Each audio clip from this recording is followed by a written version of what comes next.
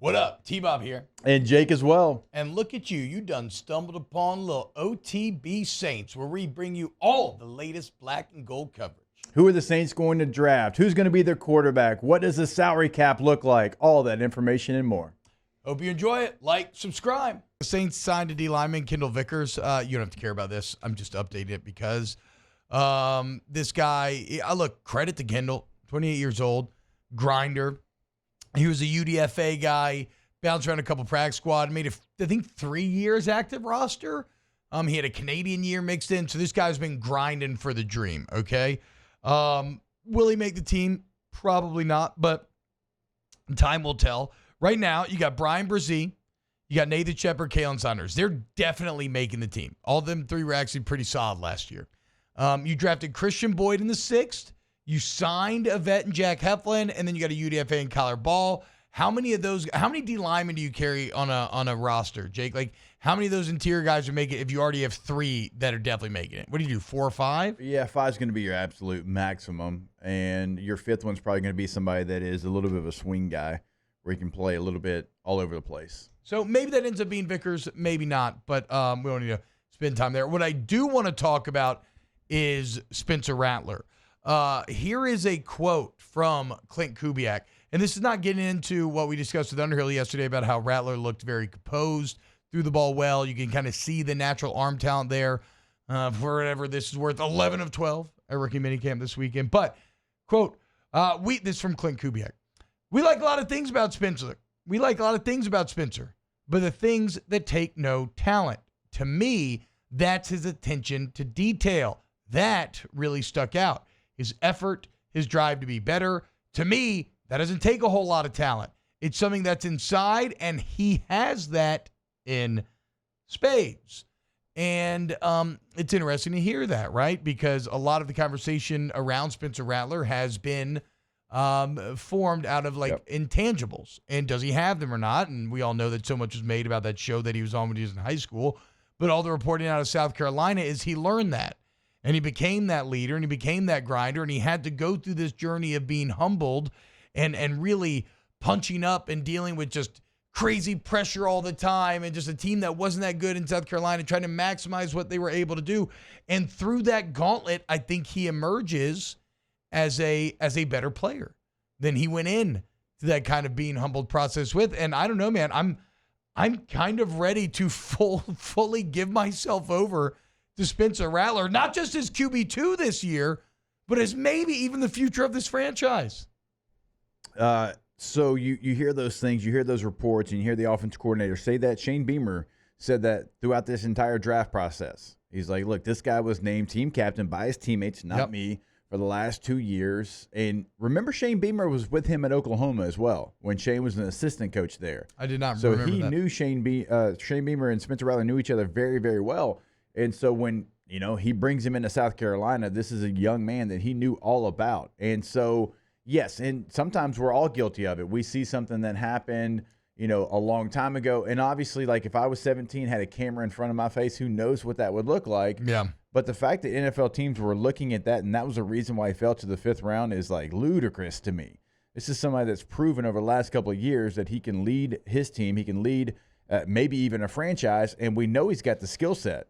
Like, there is not a huge gap between Bo Nix and Spencer Rattler, right? There shouldn't be a 4-round gap. No, I mean, for you talking just raw physical talent? Raw physical talent. I mean, raw arm, Rattler would have the advantage, right? Exactly. Now, probably with the athleticism mixed in, maybe give it back to Bo. And that's what Bo Nix has. Yeah. But we're talking about, like, being able to throw every route in the route tree, like Spencer Rattler, right? Yes, and easily. So my point is there's not a 4-round gap between those guys. But for the Saints, lucky enough, he falls to you. You selected a quarterback in the 4th round last year in Jake Haener. I think Spencer Rattler is leaps and bounds, honestly, arm talent-wise, over Jake Haener. Yeah. And you and I caught up with both these young men at the Senior Bowl in different years. But for Spencer Rattler, like, we both walked away from that impressed. Yeah, I agree. And look, Haener was fine as well. Like, Haener was impressive in that setting as well. But he was very serious. Very serious. Locked in. You're right. Rattler was a bit more personable, I would say. And so you're like, T-Bob, the future of the franchise? Are you crazy? Are you letting your imagination run wild? You know what? Yeah, I am. But guess what? when's the last time that these Saints have had a quarterback prospect that's been this exciting, right? A guy who at one point was considered to maybe be the best quarterback in the entire nation. Because, I mean, since I've been covering this team, guys, let's see, Garrett Grayson, try to talk our way into him. We had that Taysom Hill clone that 1 year. It's like Tommy Stevens. Tommy Stevens from Mississippi State. Yeah. Ian Book. Ian Book. Monday Night Classic. Jake Hayner on that list now. Like, we all know the Saints haven't drafted a first-round quarterback since the 70s. So, yeah, if I'm letting my imagination run wild, who can blame me?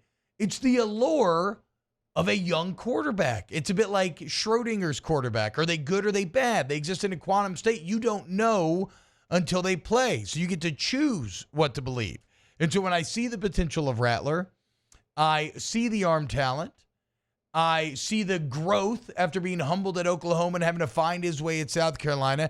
And I see that unlike almost all other prospects, especially at that position, he's coming from a team where he may be on a more even playing field in the NFL than he was in college.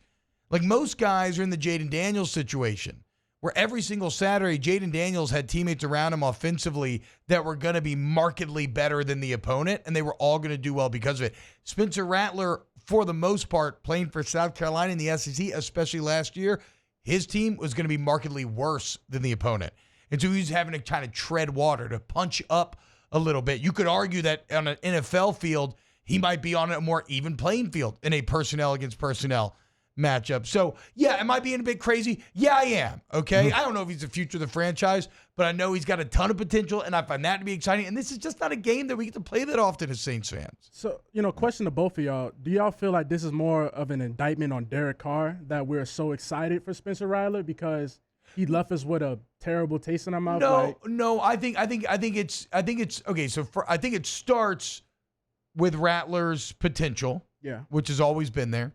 But I think the deal with Carr is like, you just know Carr's not the long-term answer. Carr is a placeholder. Yeah. And he's a pretty good placeholder. It's just kind of the market for quarterbacks. If you're going to say, oh, well, he's paid so much for a placeholder, that's just kind of the reality all quarterbacks are paid of the situation, right? Like look at like Kirk Cousins is a placeholder. Yeah. Atlanta told you that with Michael Penix Jr.